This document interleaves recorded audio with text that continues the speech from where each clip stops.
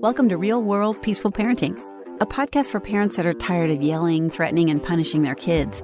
Join mom and master certified parent coach Lisa Smith as she gives you actionable, step-by-step strategies that'll help you transform your household from chaos to cooperation. Let's dive in. Welcome to today's episode. I am so excited to be with you today. And can I just say something before we dive in? If you listened to the last episode, my conversation with Carl from Bright Canary, welcome back.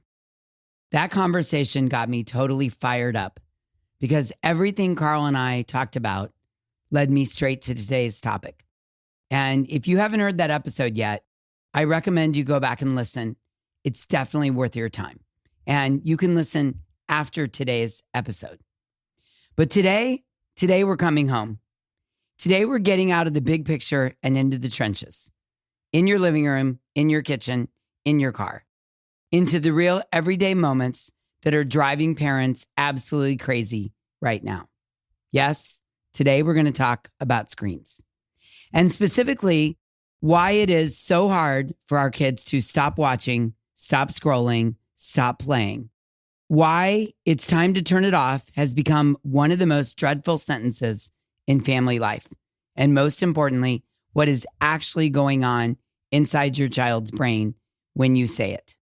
And here's what I want you to hear before we go any further. Your kid is not addicted to laziness. They are not choosing a screen over you. And this is not a willpower problem. It's a brain problem. And once you understand what's actually happening in there, everything changes. So let's go. Yeah? Okay. I want you to picture a regular afternoon. Your kid has been on a device for a while. Maybe it's a show they love. Maybe it's a game they're deep into. Maybe it's an endless scroll of short videos where just one bleeds into the next. And they're quiet. They're content.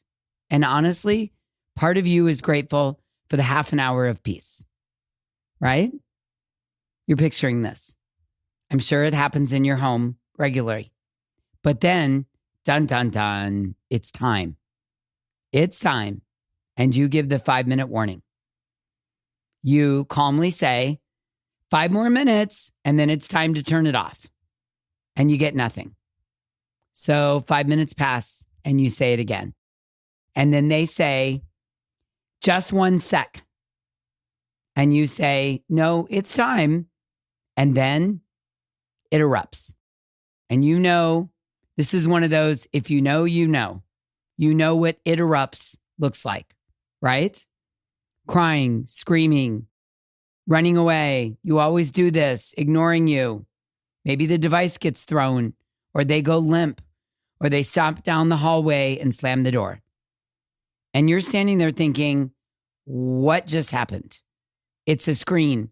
I gave them plenty of time.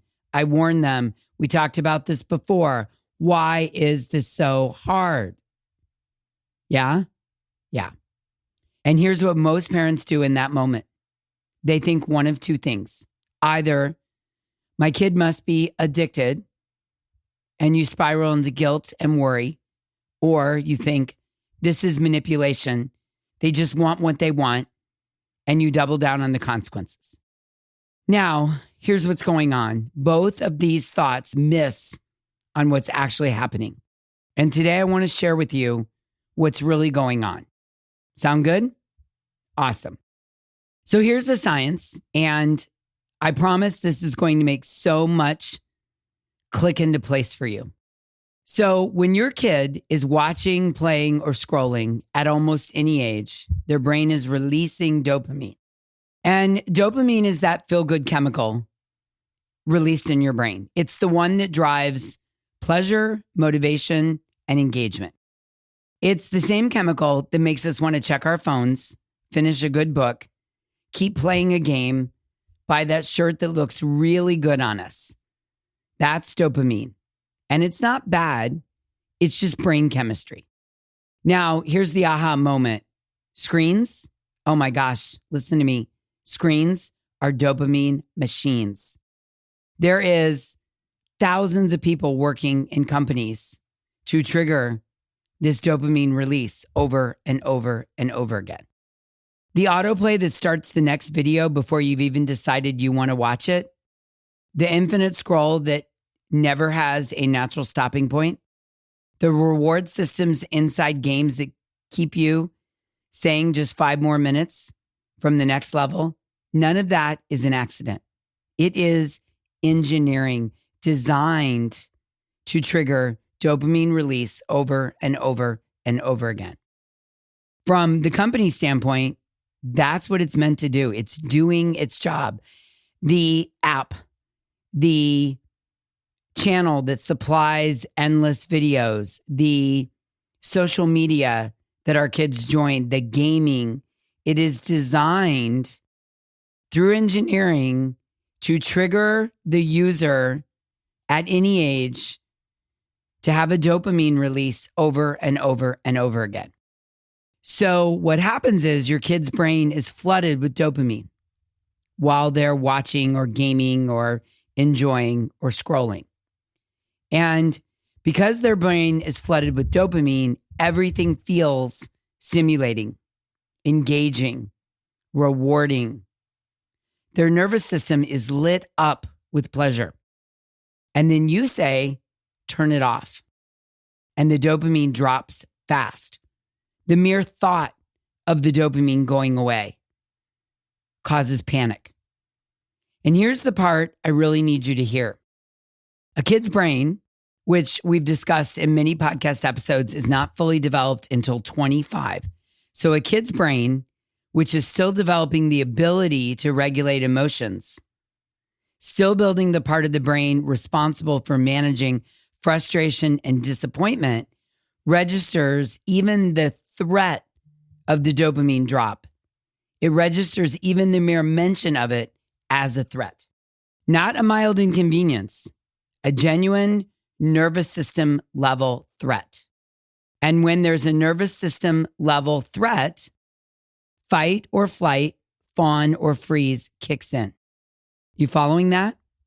Whenever the nervous system registers a threat, this happens to be a dopamine drop as a threat, a genuine nervous system level threat, fight, flight, fawn, or freeze kicks in. And guess who looks like the enemy now? You do. Because you're the one who took away the thing that felt good. You become the threat. This is why the reaction feels so completely out of proportion to what just happened. It's not about the show. It's not about you. It's a nervous system in genuine distress, doing exactly what nervous systems do when they feel threatened. If you've been listening to this podcast for a while, especially episodes 274 and 275, you already have the language for this. This is the tolerance tank that we talked about in those episodes hitting empty in real time. So what's happening is your kid has a nervous system that just got hijacked. Your child is not manipulating you. They are almost instantaneously dysregulated. And if you can understand that and wrap your brain around it and remember this in the moment, it changes everything about how we respond. Yeah? Okay. Now I want to talk about how we're accidentally making it harder. I want to talk about something that might feel a little bit uncomfortable because this part is about us, the parents. A lot of us, and I mean a lot, have at some point handed our kid a device to help them calm down. Maybe your toddler was melting down at a restaurant and you pulled up a show on your phone. Maybe your 8-year-old had a rough day at school and you let them decompress with a game. Maybe it's just the thing you do on long car rides or when you need to make dinner or when there has been a lot and you need 10 minutes of quiet. And let's call it what it is. It works beautifully. Screens are genuinely incredibly effective at soothing big emotions in the moment. They're engaging. They're predictable. They're distracting. They flood the brain with dopamine. Remember, that's a feel-good chemical. And suddenly the meltdown stops and everyone can breathe again. There's actually a term for this. It's called digital soothing. And listen, I promise you, I am not here to shame you if you've used digital soothing with your kid before.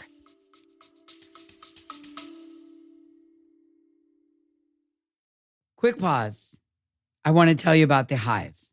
I know you're working hard to do parenting differently, or you wouldn't be here listening to this episode. But knowing what to do and actually doing it when you're dysregulated, triggered, exhausted, and your kid is melting down, now those are two very different things.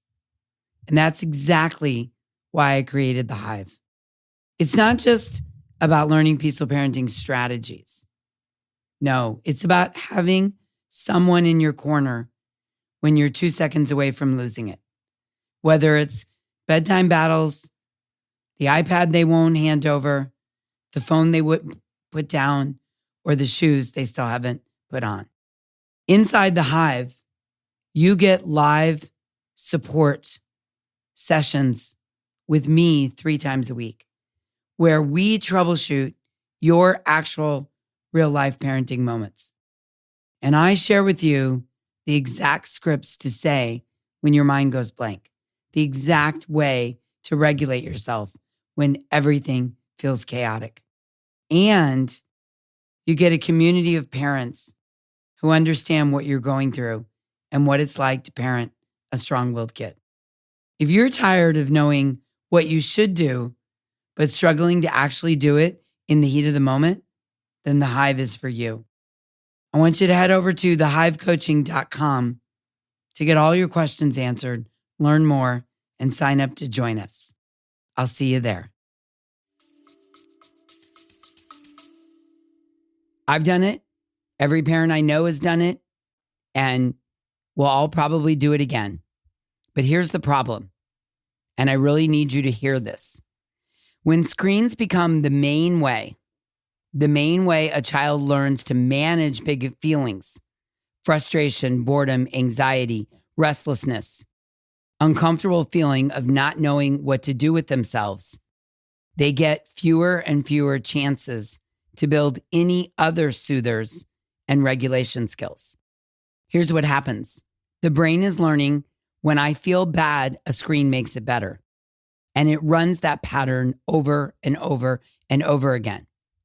Not because your kid is weak or lazy, because that's what brains do. They find what works and they stick with it. I bet you drive to work or to school drop-off the same way every morning without even really thinking about it, even if there's multiple ways to go. Our brain loves to run patterns over and over and over again. I brush my teeth every morning as soon as I get up. I don't even have to make the decision. I get up, I go to the bathroom, I walk straight to the sink, and I brush my teeth. That's a pattern my brain is running. The brain loves to be efficient.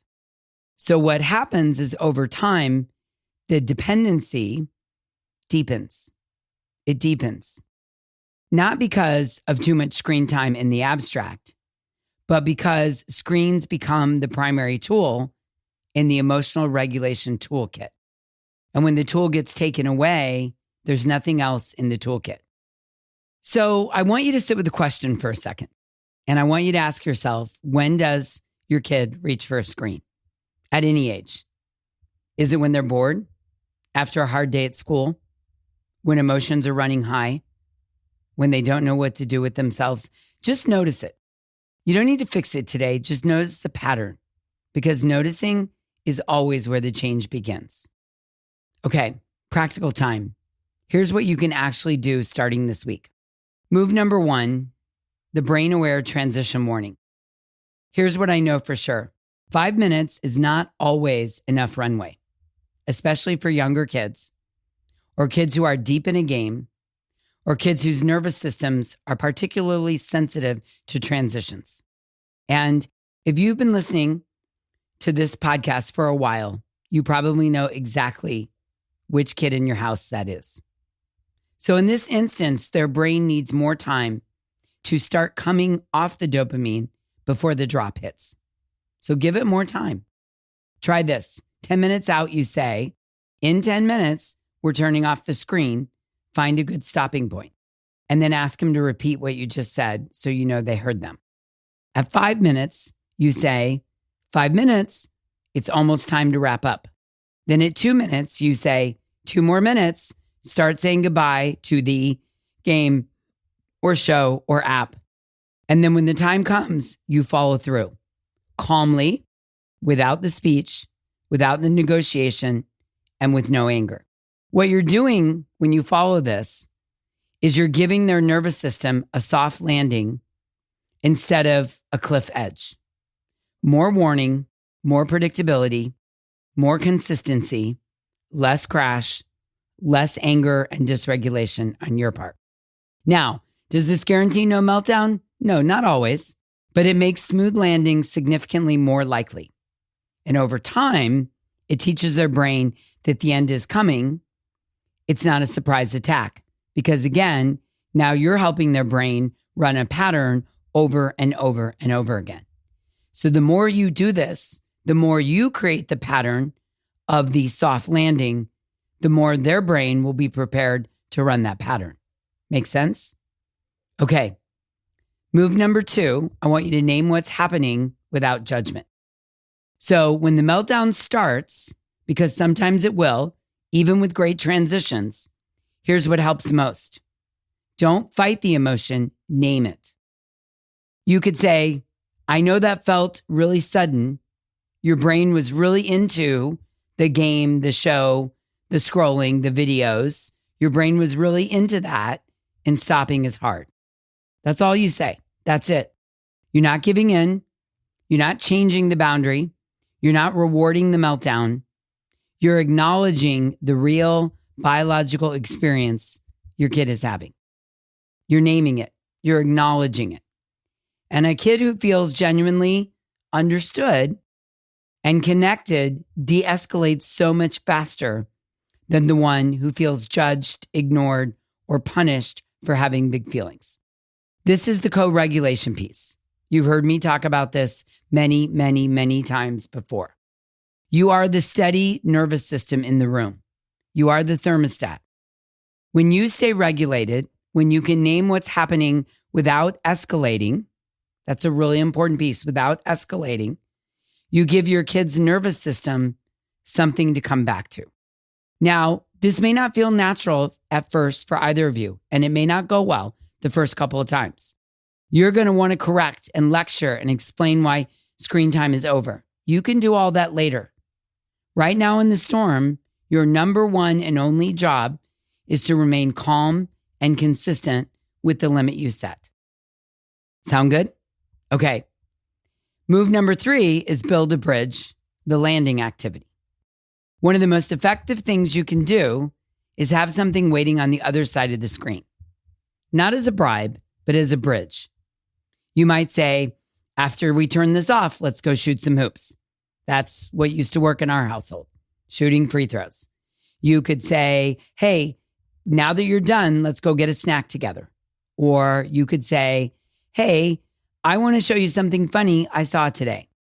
You're giving the nervous system of your kid something to move towards instead of only focusing on what it's losing. And here's the beautiful thing. Movement, connection, and food are 3 of the fastest, most natural ways to shift a dysregulated nervous system. And if you can offer any of those right after the screen goes off, you're giving their brain a different kind of dopamine, one that doesn't come with the crash. Now, I know you can't do this every time. I get that. Life doesn't always allow for a landing activity. But when you can, it makes a real difference, I promise.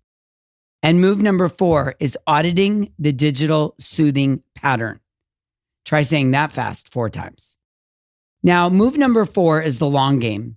And to be honest, it's the most important one. I want to encourage you to start paying attention to when screens get handed to your kid as an emotional tool. Not to judge yourself, just to get honest with how often it happens. And then, one at a time, start introducing alternatives to the screen. What does your child love? What gets them in their body? Music, drawing, building something together, time outside, cooking, shooting baskets, going for a walk, going to the park. You're not trying to eliminate the screens. What you're doing here is making sure screens aren't the only regulation tool in the toolkit. You're building alongside, not taking away. Because here's the long-term goal. A kid who can feel bored and tolerate it. That's the goal. A kid who can feel frustrated and find a way through. A kid who doesn't need a screen just to feel okay. That's what we're building towards. Not a screen-free childhood, just a childhood where the screen isn't doing all the emotional work. Does that make sense? I want to tell you about a mom I've worked with. I've changed some of the details, but this is the pattern I see over and over and over again. Let's call her Mary. Mary had a 10-year-old son, we'll call him Theo.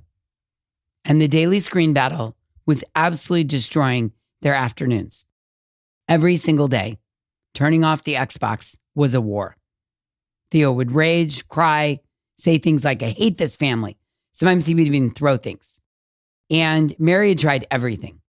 Sticker chart, timers, warning, taking away completely, giving longer screen times on weekends, bargaining, offering a reward. She tried everything and nothing worked. And she was starting to really worry that something was seriously wrong with her kid.